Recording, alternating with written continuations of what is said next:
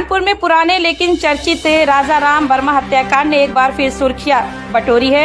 नवाबगंज थाना क्षेत्र के गंगानगर निवासी स्वर्गीय राजाराम वर्मा, जो आईआईटी कानपुर के पूर्व डिप्टी रजिस्ट्रार और वरिष्ठ अधिवक्ता थे, कि 22 दिसंबर 2021 को घर के बाहर दिन दहाड़े गोली मारकर हत्या कर दी गई। मृतक के पुत्र नरेंद्र देव ने आरोप लगाया कि यह हत्या करोड़ों की कृषि भूमि, विशेषकर एनआरआई सिटी मैनावती मार्ग वाली जमीन को हड़पने की साजिश का नतीजा थी।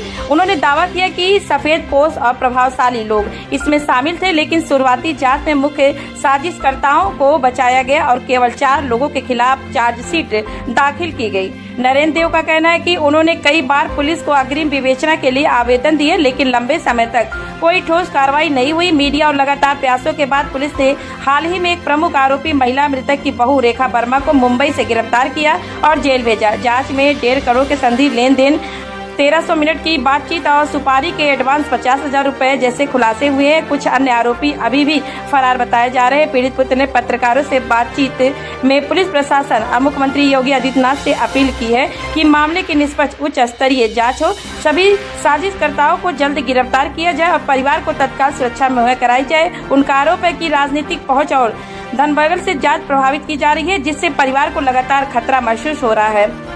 बेटे ने प्रेस वार्ता के दौरान बताया कि मेरे पिता की हत्या करोड़ों की जमीन हड़पने की साजिश में हुई है। मुख्य आरोपी आज भी खुलेआम घूम रहे हैं और जांच को प्रभावित किया जा रहा है। मैं पुलिस और सरकार से मांग करता हूं कि निष्पक्ष अग्रिम विवेचना हो, सभी दोषियों को सलाखों के पीछे भेजा जाए और मेरे परिवार को सुरक्षा दी जाए।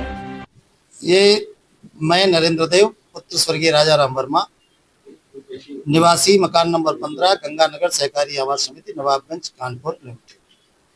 मेरे पिता स्वर्गीय राजाराम वर्मा की दिनांक 22/12/2021 को कुछ शूटरों के द्वारा षड्यंत्र रच करके शूटरों से हत्या कराई गई। उसके संबंध में ये प्रेस वार्ता मैंने की है आज। इस संबंध में मैंने एक एफआईआर दर्ज कराई थी स्थानीय थाना नवाबगंज कानपुर में, जिसका नंबर 254/2021, जिसकी विवेचना तत्कालीन विवेचनाधिकारी आशीष द्विवेदी जी को मिली थी।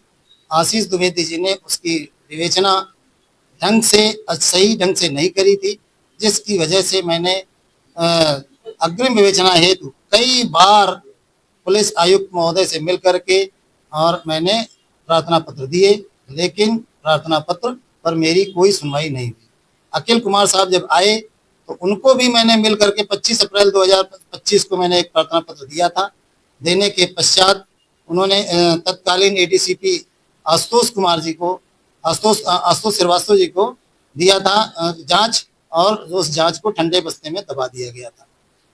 अभी नवंबर 25 में मैंने अपने वर्तमान पुलिस आयुक्त महोदय को मिल करके उनसे अनुरोध किया। उन्होंने मेरी पूरी बात सुनी। बात सुनने के बाद ज्वाइंट पुलिस आयुक्त महोदय से उसकी जांच करा करके उस पर अग्रिम विवेचना प्रचलित कराई है, जिसमें अभी 8 दिन पहले उसने की अभियुक्त बनने वाली अभियुक्त श्रीमती रेखा वर्मा को मुंबई से पुलिस लेके आई है, जेल में रखा है। जैसा कि पेपर में आप लोगों के सहयोग से पेपर में आ रहा है कि उसकी पुलिस रिमांड ली जाएगी और उसके बाद जो भी होगा फैक्ट सामने आएंगे, उसके अनुसार जो भी कानूनी कार्रवाई है वो होने के लिए मैंने मांग कर रखी है। किस उद्देश्य से आप प्रेस वार्ता का उद्देश्य है कि मुझे न्याय मिलना चाहिए। न्याय नहीं मिल पा रहा है और अड़चने आ रही हैं कि इस जो विवेचना प्रचलित हुई है इसको प्रभावित किया जा रहा है, और लखनऊ और कानपुर में बैठे बैठे अधिकारी राजनीतिक दबाव में आकर के उसको प्रभावित करने का प्रयास कर रहे हैं। मुझे अगर न्याय नहीं मिला तो मैं माननीय मुख्यमंत्री योगी बाबा आदित्यनाथ जी के पास जाऊंगा, उनसे अपना अनुरोध विनय करूंगा, और अगर उन्होंने मेरी बात को मान लिया तो आगे कार्रवाई उनसे कहने का अनुरोध करूंगा कि आगे कार्रवाई कराई जाए।